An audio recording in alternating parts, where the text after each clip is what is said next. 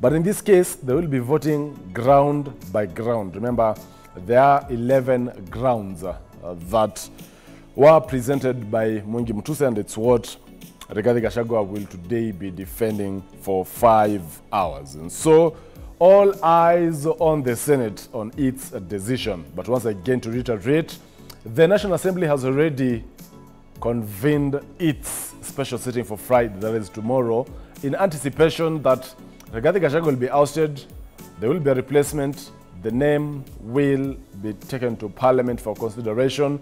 On Saturday, the new Deputy President will be sworn in, even as Kama Shujaa Day, Kenya will already have a new Deputy President. Speculations of names here and there, including the latest entrant, that is Irungu Kang'ata, is actually the Murang'a governor.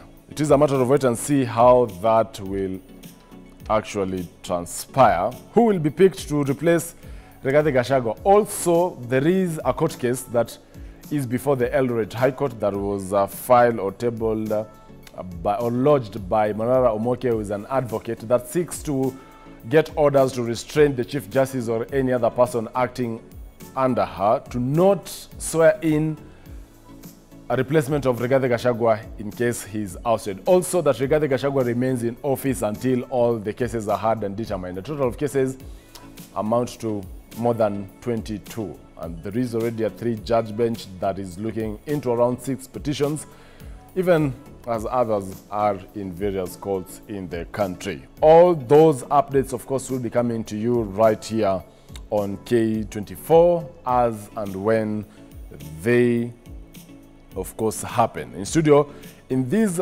first set from 6 a.m. to 8 a.m., remember, we're bringing you wall-to-wall coverage as far as this whole impeachment issue is concerned.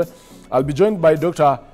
Isaac Hassan, a governance and leadership expert, Rachel Omolo, governance expert, and as well Newton Madhenge, who is an advocate. In the second set from 8 a.m. to 10 a.m., I'll be joined by very key guests. That is Nudin Kagai, advocate of the High Court, Kennedy Ondiek, our political analyst, and Dr. Mark Matunga, technology evangelist, will be joining us virtually. But I also invite you in this conversation this morning via social media platforms at K24 TV, at Joel Chacha, as well on SMS and WhatsApp numbers on the bottom of your screens. I'll be glad to sample your feedback before wrapping up our special coverage today. Keep the conversation going once again via social media platforms at K24 TV, at Joel Chacha, as well on SMS and WhatsApp numbers on the bottom of your screens.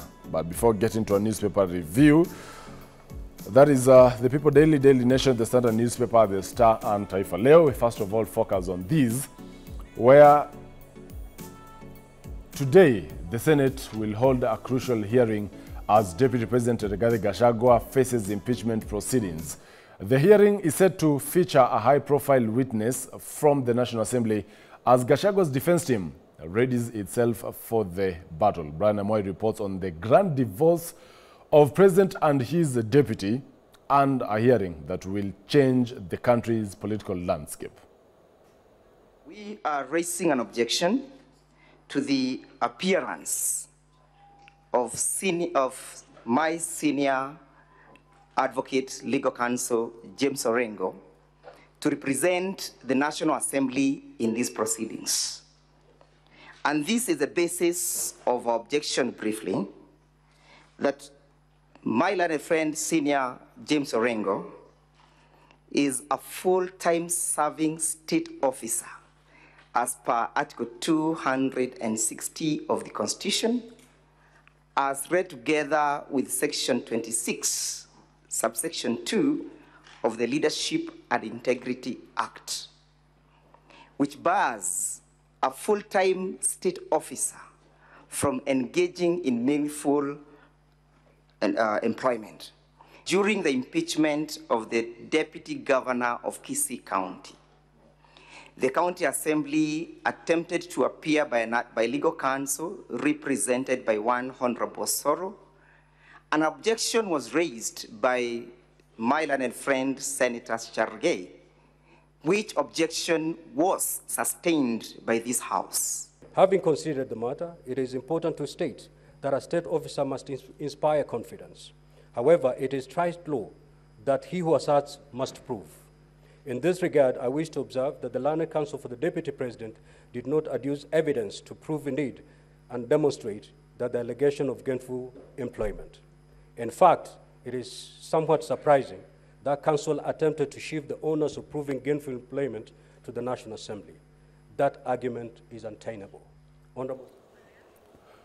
Now, High Court judges Eric Ogolla, Anthony Mrima, and Frida Mugambi on Wednesday morning declined an order stopping the Senate from conducting Deputy President Rigathi Gachagwa's impeachment proceedings in what was seen as DP's last chance to secure his position in the corridors of justice. As Majibu Kisao now reports, all eyes are at the Senate, which has already begun its hearings, that is on Wednesday and also today on Thursday. President Rigathi Gachagua today suffered yet another setback after a three-judge bench declined to stop the Senate impeachment trial. As we do not allow. Justices Eric Ogolla, Anthony Mrima, and Frida Mugambi ruled that at this stage they can only exercise restraint and allow independent institutions of government to function unhindered. This court has diligently addressed itself to the above arguments. Unfortunately, we did not come across any holding persuasion that a decision of an expanded multi-judge bench of the High Court of Kenya is superior to that of a single judge. The process is a lawful constitutional process, and the Senate will conduct a trial where all the issues being raised before the court will be raised and determined. At the moment, we are being called upon to anticipate the outcome of a process yet to be completed. The application at this stage is premature and anticipatory. Should the petitioner not succeed, the petitioner still have an opportunity to approach the court after the process. The applications are not without a remedy. The bench ruled that the application by Gachagua is premature as they are being called to anticipate on an outcome that's yet to be concluded. The trio said that the issues raised by the DP were similar to those he had raised before Justice Chacha Mwita, who also declined to issue an order stopping the trial. The DP, if at all that happens, that the DP immediately ceases holding office and he cannot reclaim office, we take the view that every office holder can only assume office legally and constitutionally. The assumption of office cannot oust the court's jurisdiction. The court has unfettered jurisdiction to check on the constitutionality of the process at whatever stage. Whether the grant or denial of the conservative order will enhance the constitutional values and objectives in the Bill of Rights. We find that exercising restraint at this stage will enhance and allow independent institutions of government to function unhindered and in their fullness, except in the clearest of cases. All eyes are now on the Senate, where Gachagua's trial is being conducted before the full House after it abandoned a process to set up an 11-member committee to investigate the charges. Senators are expected to vote on the impeachment motion tomorrow. Majibu Kisao, K24 TV, Nairobi. Still in the same breath, intense lobbying is going on in a bid to take over from Deputy President Rigathi Gachagua. The latest to join the fray, surprisingly, is Murang'a Governor Irungu Kang'ata, who met the former Premier in what appears like a move to gain support from Odinga, who was turned into President William Ruto's ally if recent activities are anything to go by. This even as the country prepares to usher in a new deputy president as early as Friday, that is tomorrow. Should the Senate uphold the National Assembly's resolution to impeach Rigathi Gachagua as the deputy president? Martin Opio reports that a defining special sitting is set for Friday, that is at the National Assembly, that could see a new DP vetted in a rush against time ahead of Mashujaa Day celebrations. In an unprecedented move, the National Assembly set to convene on Friday, hours after the Senate will have rendered its ruling after Rigathi Gachagua impeachment trial. In the Wednesday morning session, the National Assembly revised its schedule with the purpose meant to consider priority business. For purposes of considering priority business, including mediated bills. Honorable Speaker, the rationale for seeking a resolution of the House to alter its calendar, it is that so that we are able to sit on Friday, 18th October 2024, arises from the fact that we need to recover time lost. The MPs will thereafter proceed for recess after the Mashujaa Day celebrations. This House resolves to commence the short recess on Tuesday, 22nd October 2024 and hold sittings on Friday, 18th October 2024, commencing at 9:30 a.m. for the morning sitting and 2:30 p.m. for the afternoon sitting, for purposes of considering priority business, including mediated bills. Whereas Parliament maintains that the sitting will be to recover the time lost after Parliament adjourned for Gachagua's impeachment case and the Mazingira Day celebrations, the haste to which the proceedings of the Deputy President Rigathi Gachagua trial points to a possibility of having a new second-in-command by Friday of this week. Therefore, Senate is expected to conclude its impeachment by Thursday late evening, where they will vote on every charge. If impeached, President Ruto is expected to nominate a new DP by Friday morning, who will then be vetted by Parliament during the special sitting. Article 149 of the Constitution provides that the President has room to fill the vacancy of his deputy within 14 days after a vacancy arises. This means that the President has the leeway to appoint a deputy immediately. The time frame for the Deputy President to lodge an injunction against the resolution might not work in his favor, as it might be filed on a Friday leading to the weekend. Article 148 of the 2010 Constitution makes it clear that the seat of a Deputy President may fall vacant under the circumstances of a resignation, death, or removal from office of the Deputy President. The DP will cease holding the office upon confirmation of charges leveled against him by the Senate. But as the legislative houses continue deliberating on the fate of Gachagua, intense mobilization for the position continues. In a surprise move, Murang'a Governor Irungu Kang'ata has elicited mixed reactions after a visit to former Prime Minister Raila Odinga and his wife Ida Odinga. Odinga now touted a key ally of President Ruto, and the meeting appeared to be rattling political feathers, and not just coincidence as they regard the succession gains momentum. Since retreating to focus on Murang'a County after his election as governor, Kang'ata has largely stayed out of the national spotlight.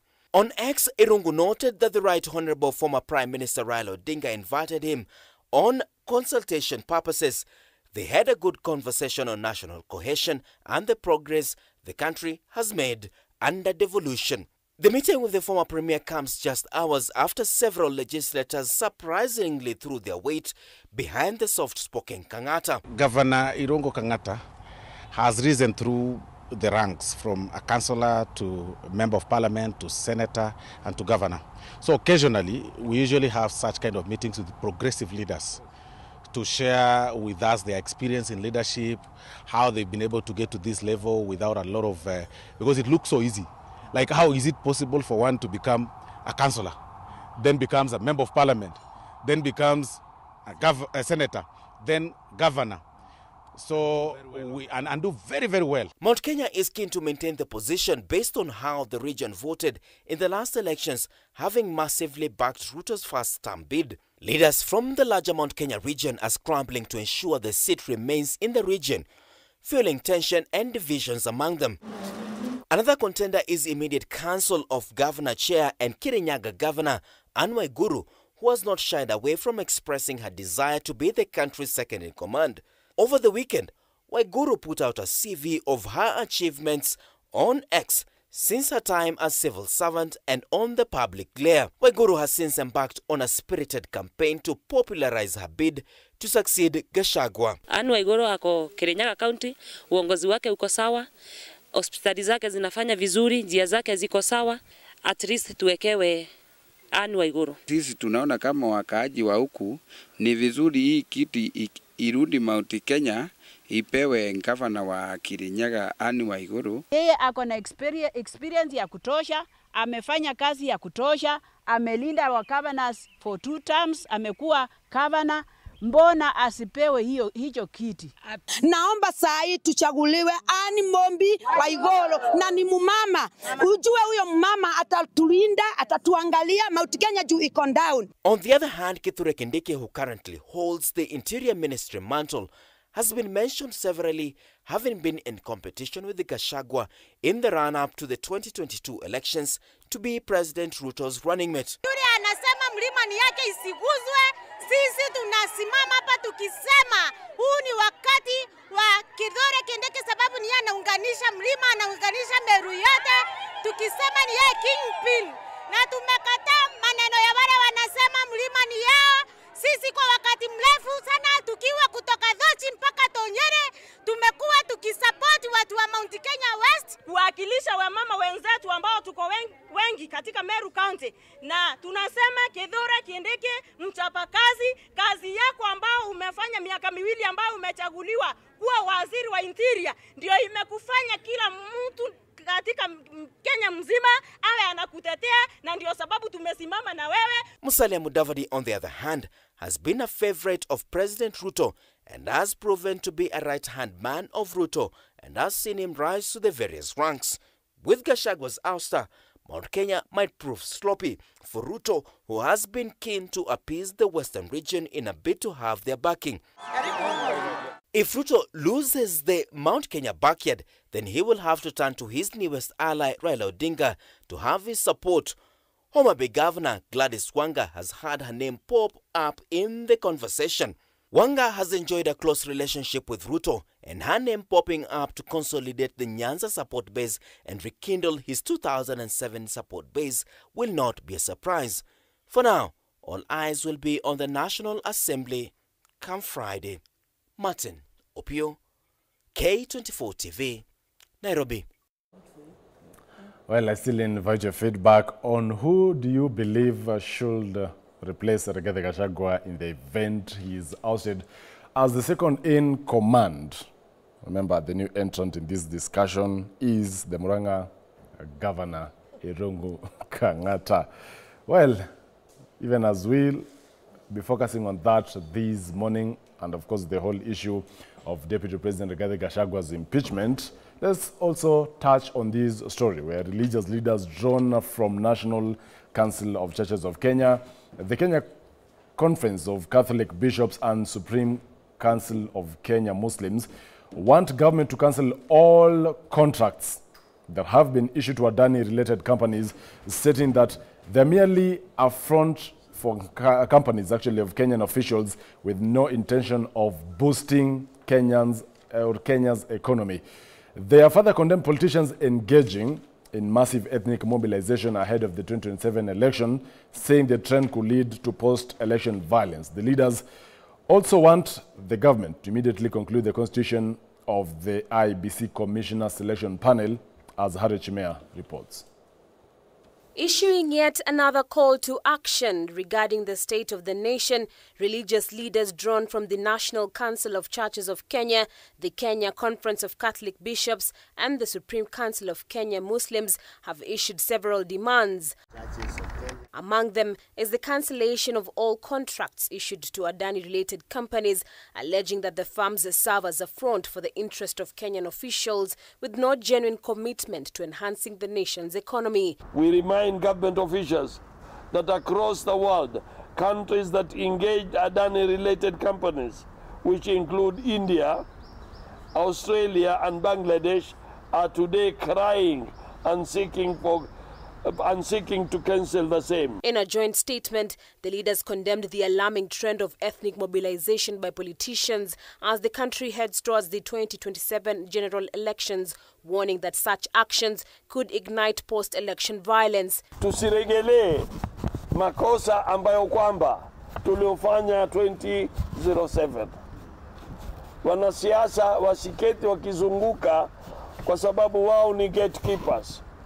Wanaangalia mambo yao, wanajitayarisha na uchaguzi na kuleta hisia za kikabila. Hisia hizi hazizopeleka mbele. Additionally, they are calling for the immediate conclusion of the selection panel of the Independent Electoral and Boundaries Commission commissioners. Leo tuna wabunge, kuna deputy governors, kuna MCAs, wote wataka kuchaguliwa. Na leo hakuna IBC. Sijui mpaka lini.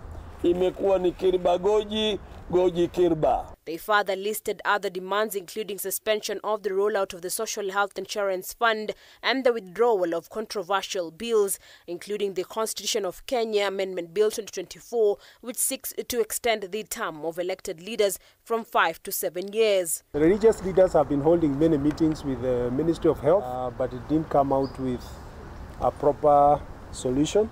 The only solution now is to go back to the NHIF, which the country abandoned, which is now defunct, or to make the shift system work. Why have the benefits Kenyans were getting under NHIF being reduced under the shift, yet they are required to pay more? Harriet Chimea, K24.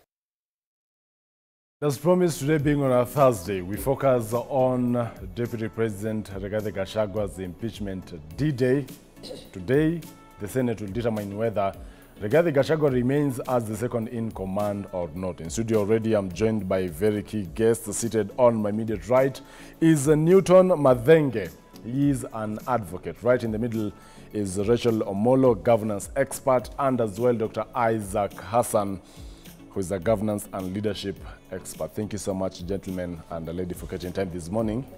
When we come back after the break, we'll be highlighting what is on our dailies this morning. Even as already we pick up the conversation on whether Rigathi Gachagua will remain in office or not. This, of course, remains speculation, and of course, how day one transpired. And also, if at all, the mood of the country is anything to go by tomorrow, there is a likelihood that another deputy president could be unveiled and Parliament, that is National Assembly, to actually vet the new DP ahead of swearing in on Saturday. And come Sunday, Mashujaa Day in Kwale, we will be having already a new deputy president working.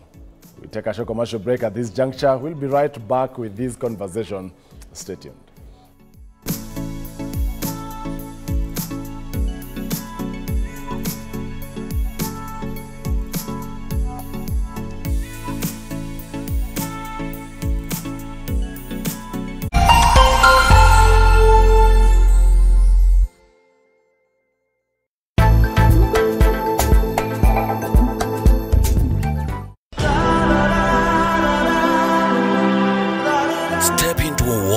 Emotions, relationships. Kumbe mama, ulikuwa unafikiria kuolewa tena? Yaani unijaleta kidogo, wewe ni mbaya. Dilemmas and complexities of life.